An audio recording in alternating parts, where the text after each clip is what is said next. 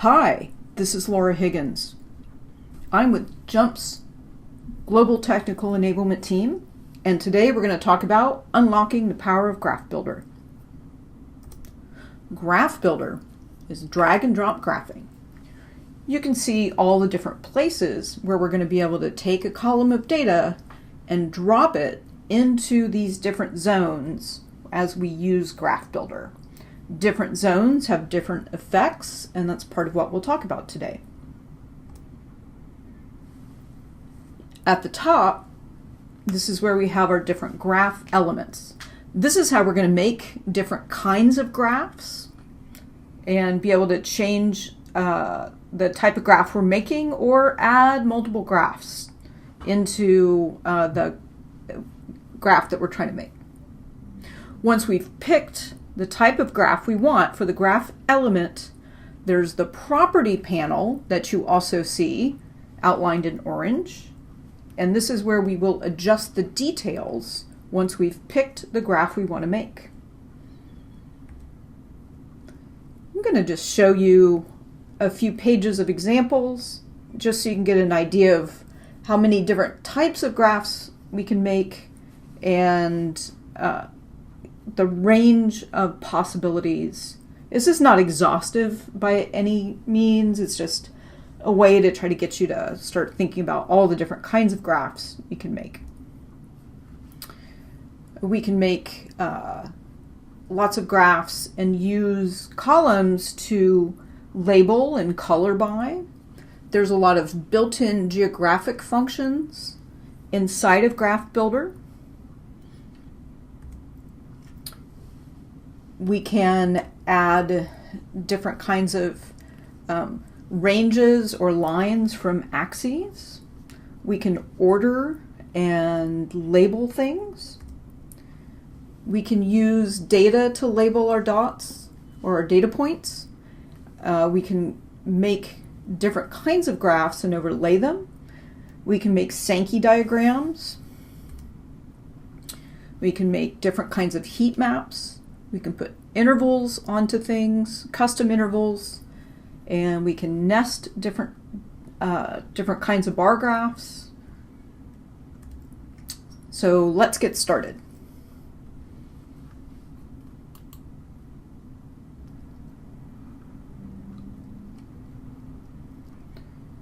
What we're going to see is we can make all of these different types of graphs in JMP with Graph Builder.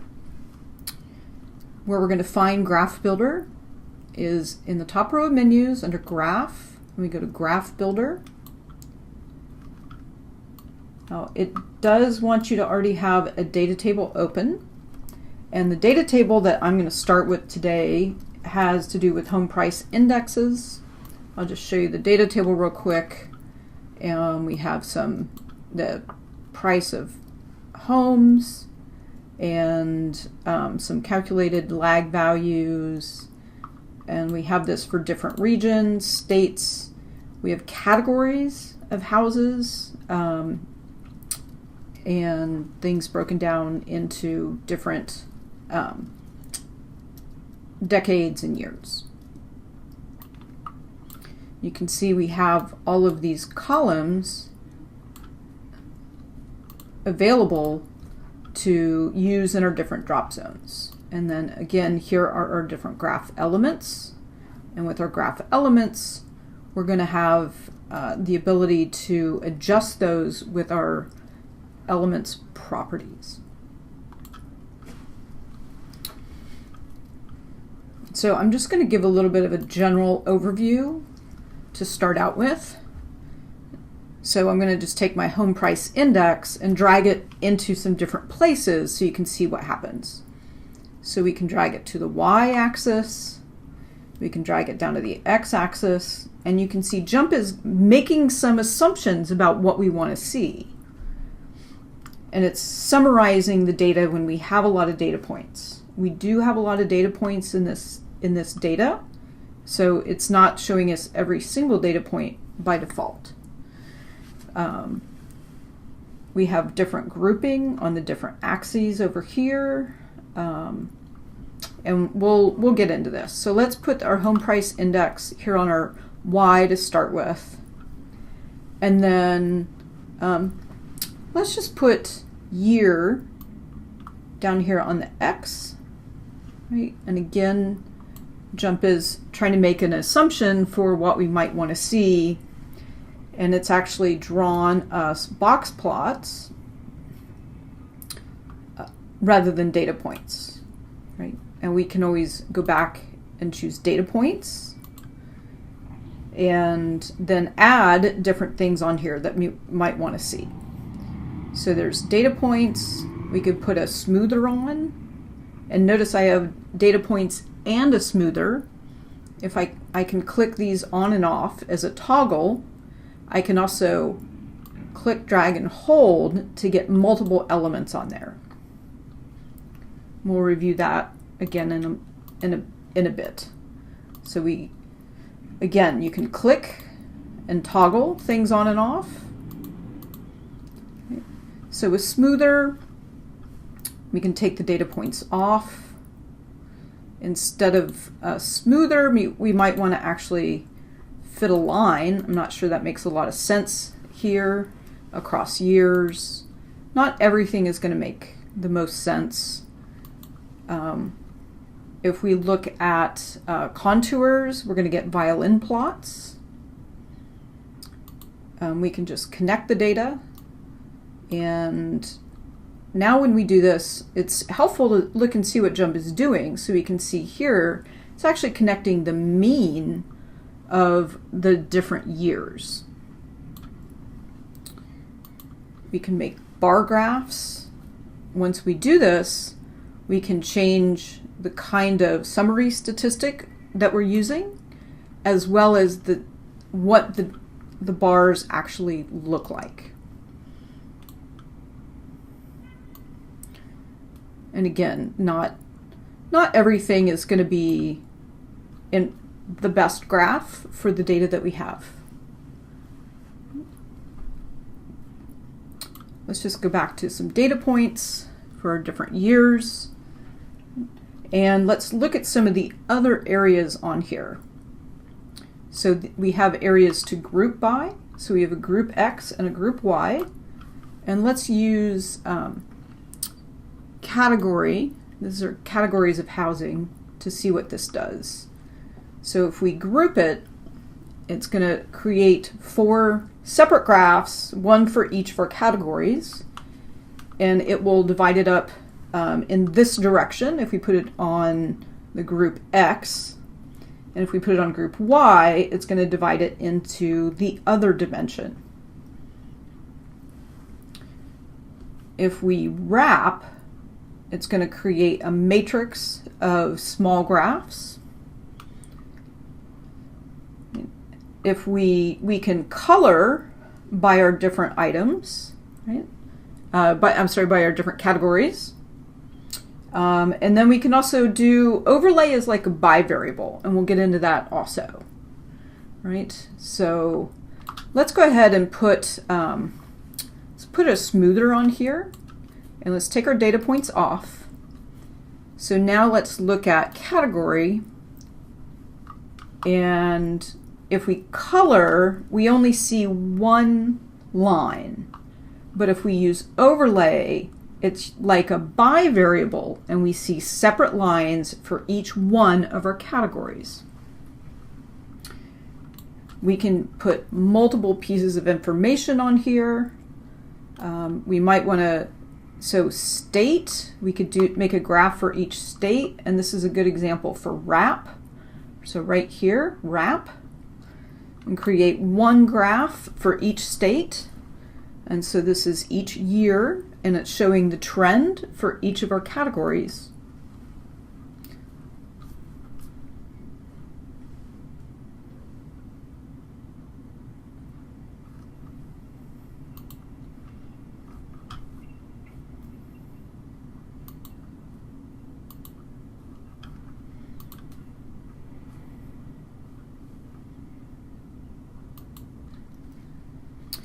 Let's make some more examples. We're going to stick with that same house price data set. And the first one we're going to make is we're going to make some ordered bar charts.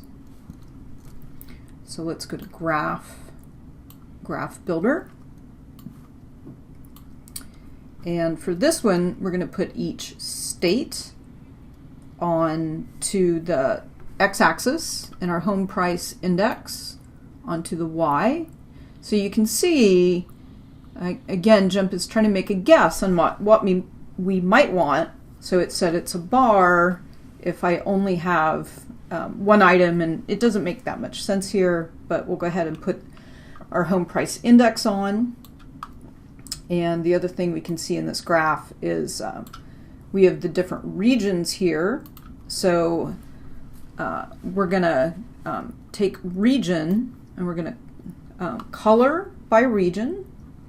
Actually, let me make this a little bit bigger so you can see what's going on. So again, I'll take that back off. We're going to color by region. And one of the things that's nice to do is to add a little bit more information. And so instead of just a normal box plot, I'm going to make it solid. And it would also be nice to have these in some kind of order, and we can easily do that. So notice that the default order here is just alphabetical. And if I right click on an axis, we're going to get additional functionality. Okay. So here up at the top, we can order by. So we can use one of the two variables that are already on the graph. If we use other, it would let us select a different column. So in this case, what we want to do is we just want to order by the home price index, and we'll pick ascending, and we see this nice upward trend.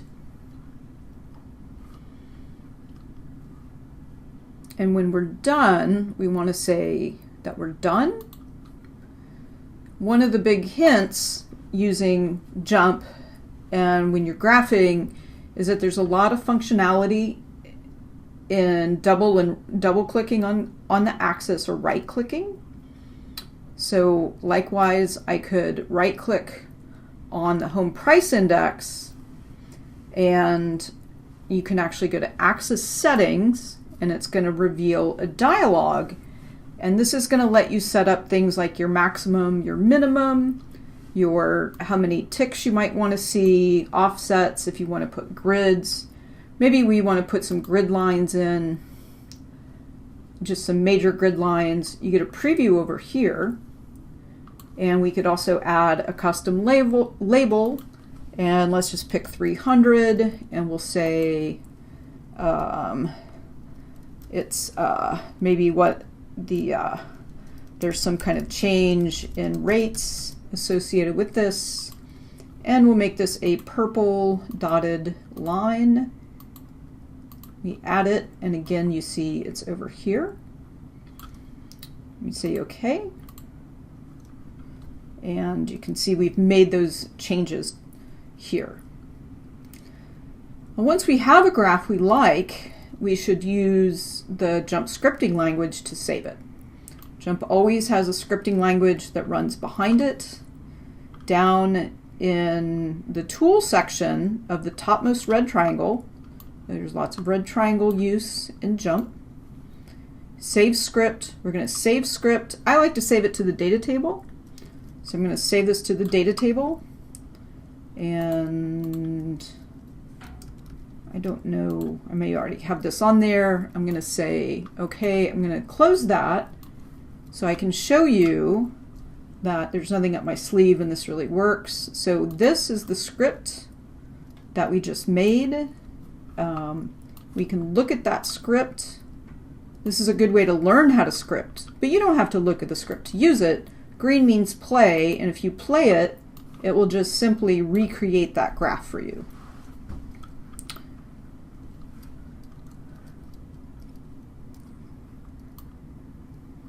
All right, let's look at our next example.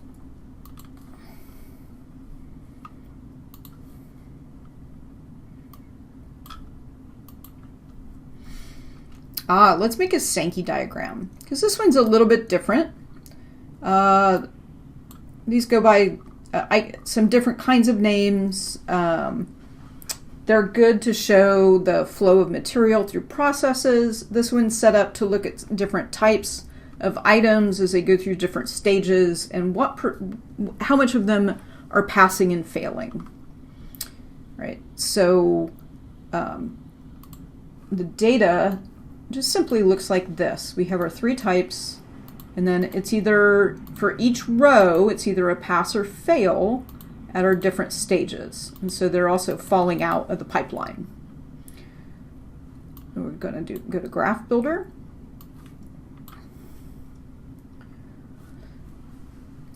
And in this case, this is the one we want, and to get there, so it's a little bit of a trick, we're going to grab multiple items. We're going to put them down here on our axis, and you can also see we can do nesting, which we'll talk about that in a moment. But to make this one, we're going to just pick our parallel plot, and it'd be nicer if we just color it, so we can actually, you can overlay or color it, depends if you want them together or separate. And you can also switch the order, so it might make more sense to have A on top here and just track where A goes, where B goes, and where C goes. Maybe think overlay here will make our legend align a little bit better. And so that's a special type of graph for our Sankey. It's a type of parallel plot, is what the word we use in JMP.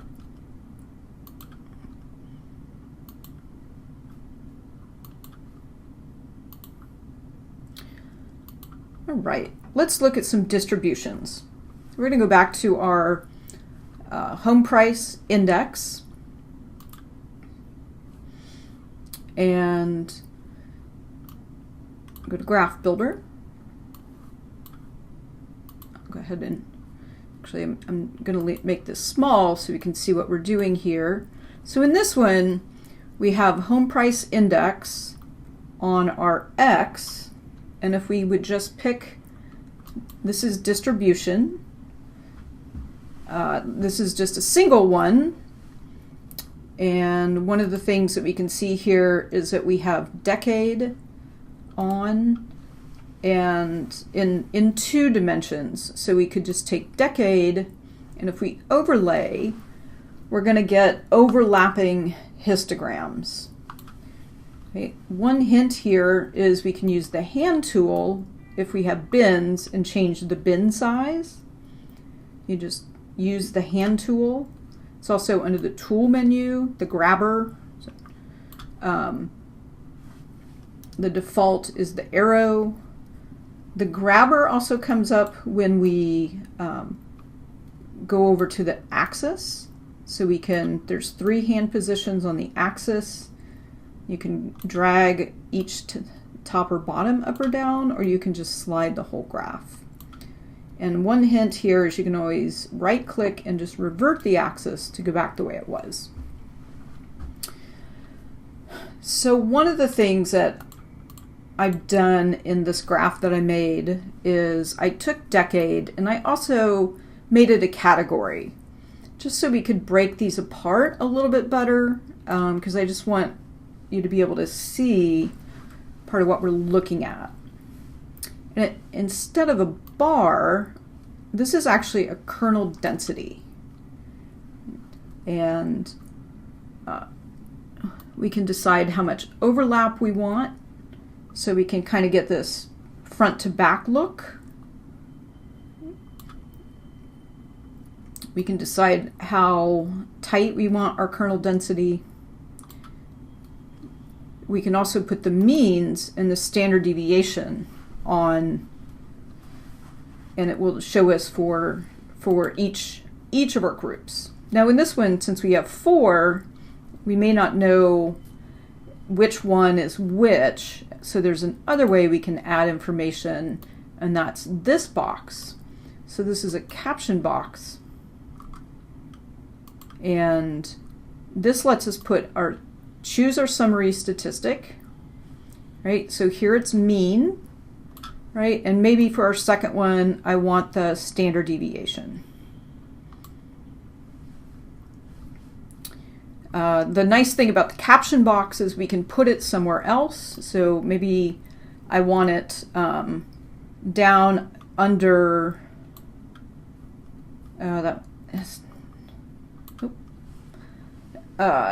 there's another example where it works better under there. So in this one, it doesn't really show that well when we have it underneath.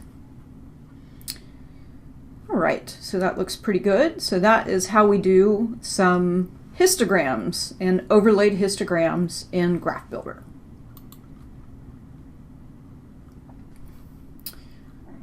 For the next graph, we're going to switch data sets.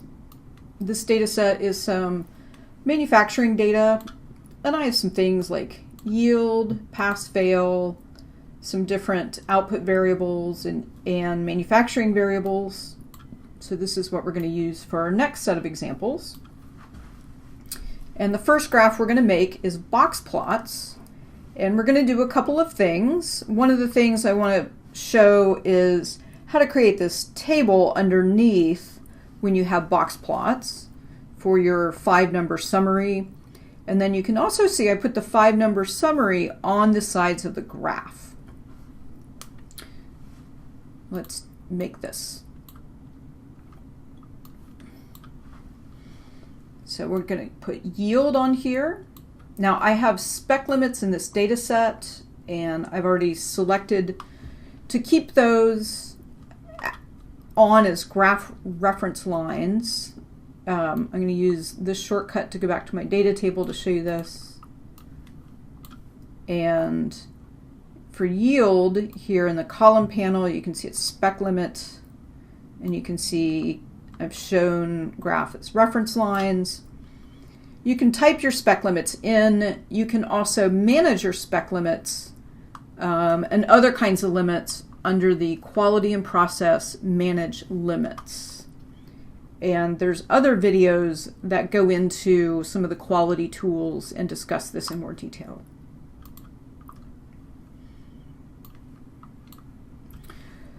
So we're going to put query onto the X, and then we're going to pick box plots.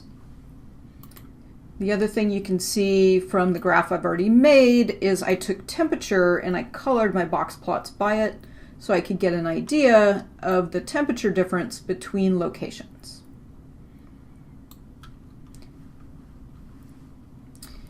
Now, how did I get that table underneath? So again, you can click here. There's this automatic 5-number summary, but that's going to put it in the graph. If you want it below, you're going to need to use a caption box. So I'll add a caption box. You can see it just says mean right here.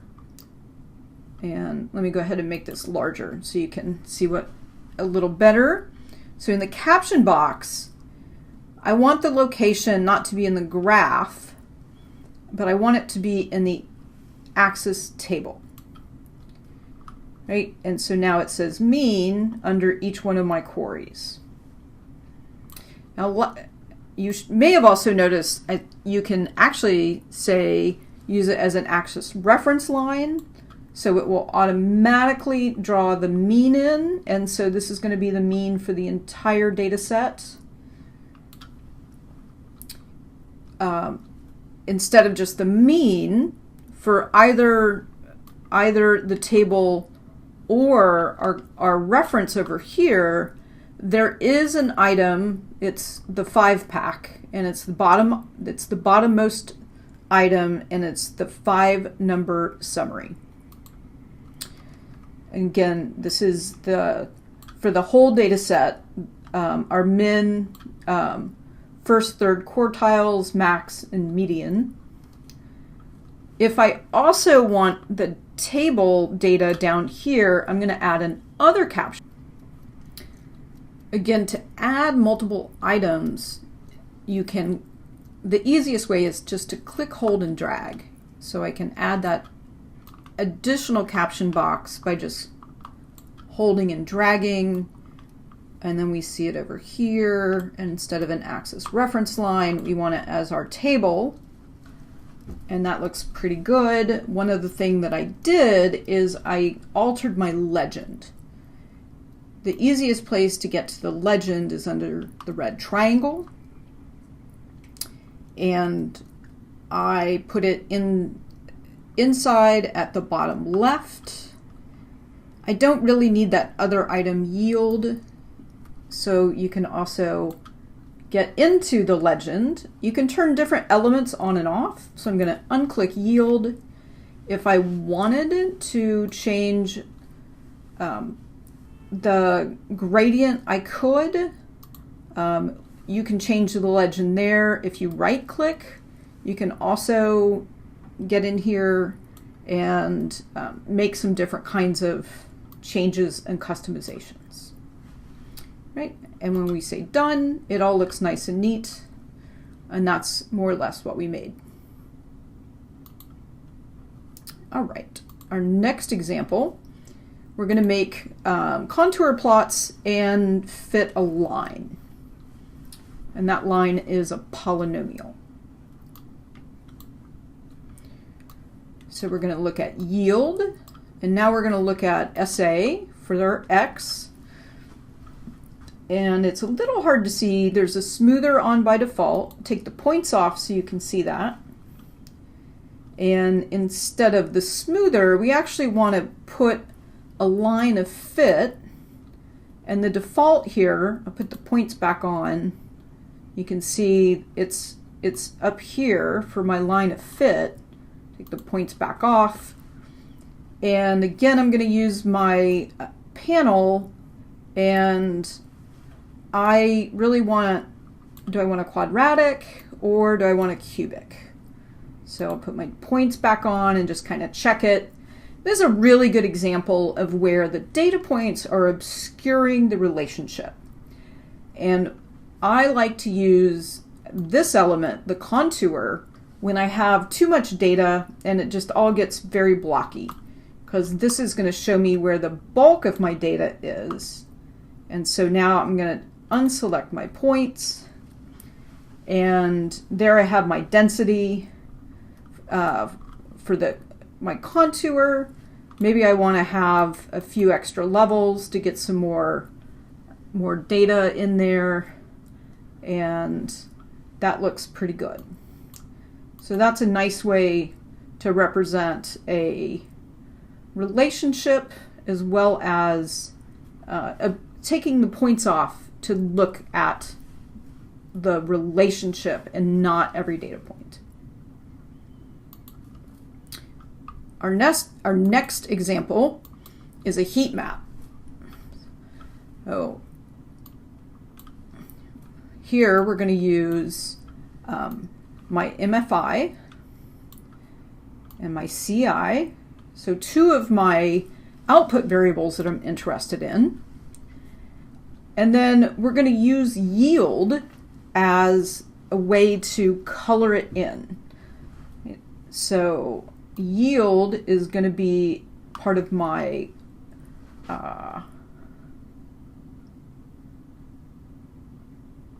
color. Now, I don't want on any of these, so this is my heat map.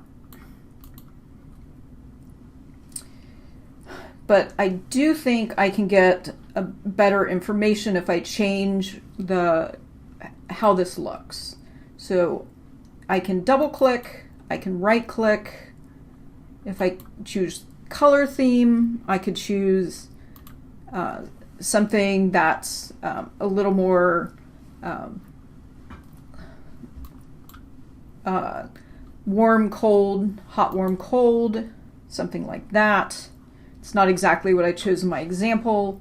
One of the other things that I like to do when I look at a gradient is sometimes you want to change what the high-low values are.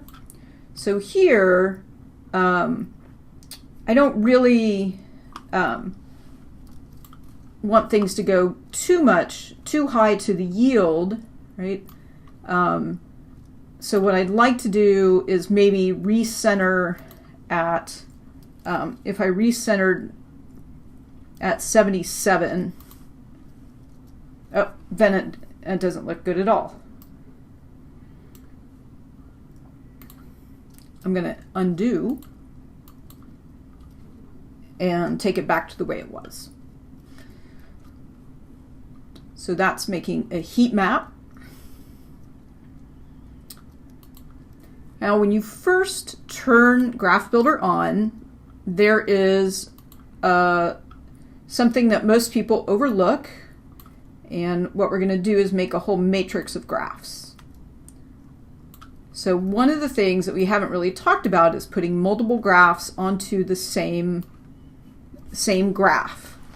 So when I'm going to put yield on here, and I'll put one of my input variables, I'll put SA. So there's one graph. Now if I want to get these other graphs on there, so I have MFI, and I can either overlay it if I put it right here, and they'll both be on top of each other. And if I do that, I can always take one. You got to right click on the axis, and I can move one to the right. And then I have two axes. Or I'm going to undo back twice. There's other drop zones, so I can add a graph to the top or to the bottom. And in this case, I'm going to add one up here onto the top, then add my CI above that. So now I have 3 different y-axes. And likewise, I can also start adding different graphs over to the side.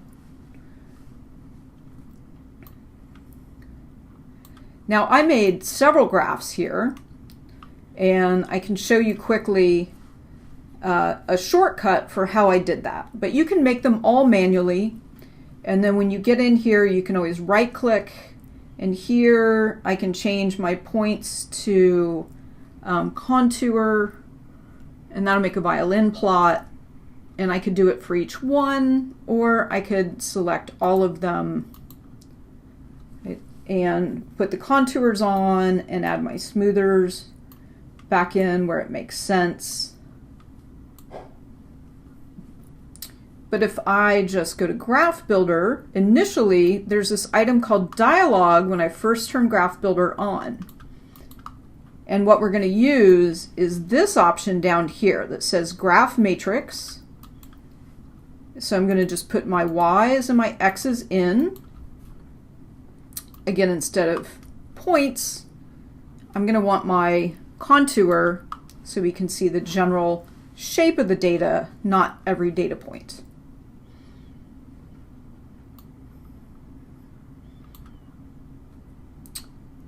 And that is how our data looks. So that's a quick way to get a nice overview of the data. We can immediately see we have a strong relationship here. We have a strong nonlinear relationship here and here. Right? Not so much in some of the other ones. Again, this is just a way to get an overview of the data. And again, that was using the graph dialog right here.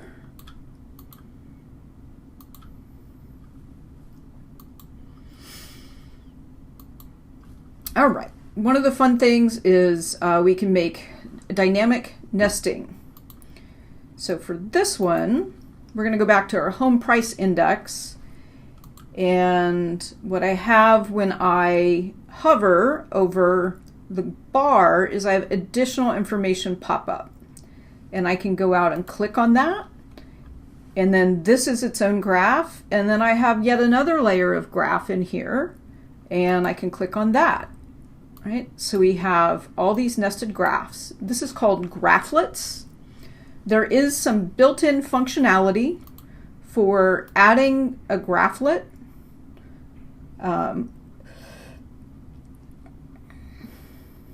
It's called you right-click under hover label, and you can choose the different kinds of graphlet that you might want. So if I choose a box plot instead, it's going to make some choice for me and pick columns from the data set that makes sense. Right? So if we want to make these individually, let's use this example. Right? So for I would have to make my state with my home price, and here's one graph. Right? Here's my new one. And then I need to make this graph, and again we make it for everything. JMP will automatically drill down into it. And it was year, and we're going to wrap by state and do a smoother and data points. Say done. So the way this works is here I'm going to copy the script, so the save script to the clipboard. And when I come in over here, I'm just going to edit, and I'm going, hover label, paste graphlet. So it knows I have something on the clipboard. I paste it, and then it will automatically drill down correctly for me. So those are graphlets.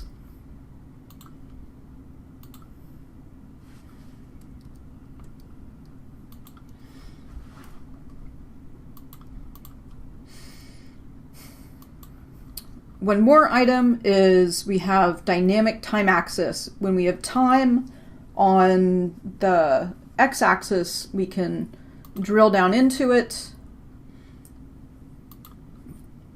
So here, date and time. This is some solar data. And what do I mean? So as you can see we have this down to 15-minute intervals. As I drill into the data, it will regraph and dynamically redraw the data and change the units as needed, right? So it's going to summarize by year, etc. And in this case, I think it had a line. There we go.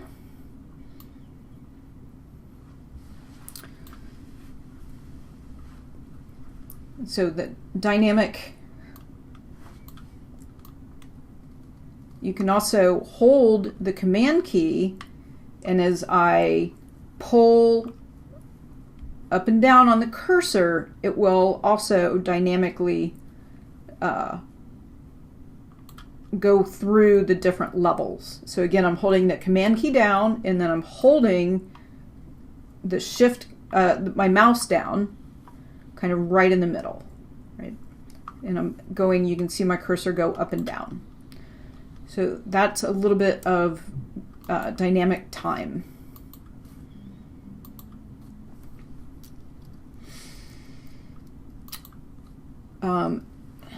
There's some options for other kinds of maps.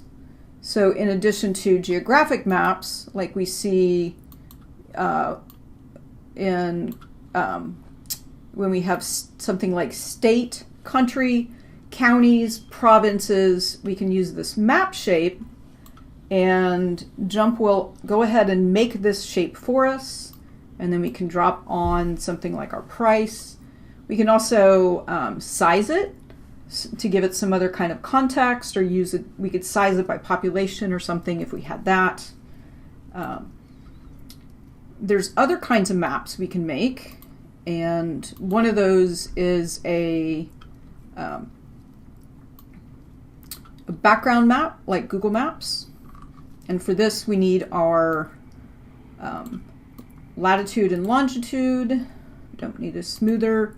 We right click, and then under graph, we can go to background map.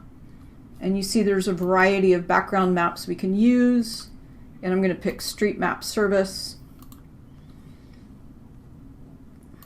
And then that's going to let me drill in, and you can see that it is giving me that street map information in the background. And my data points are still live.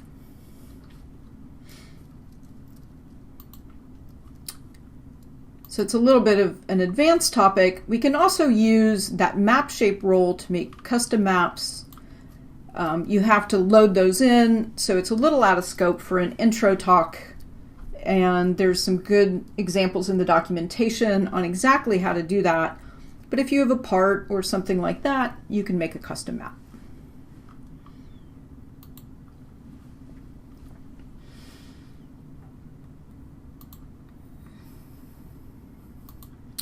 We can put images in the data table, and then if we right click on that image, we can use that for a marker. So here, instead of our actual data points, we see the picture.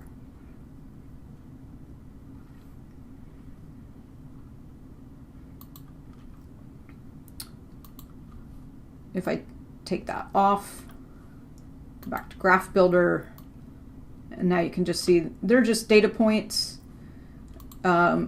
We can also add that as a label if we'd want that information to show up when we hover. You can still see that as a data point. Right? You can always pin that, and if you want to edit it, you right click and you get a lot of other options to edit the text or the color or the font.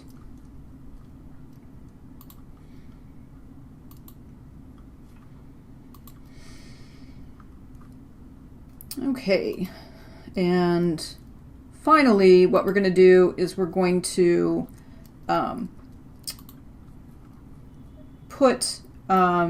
make our graph and put it in as a item into the data table. So we do that directly from Graph Builder. And let me get the right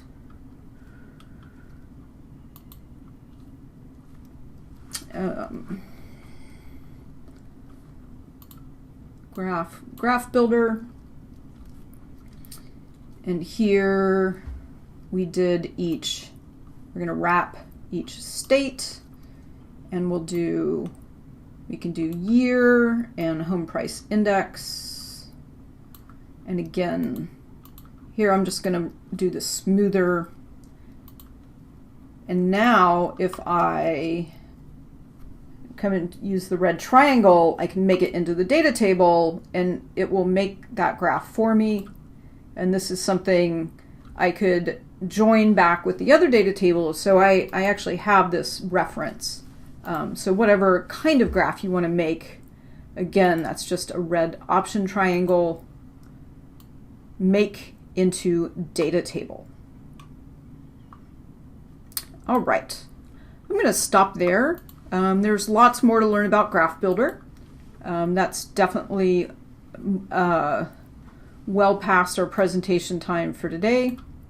Thank you so much for coming, and let me know if you have any questions.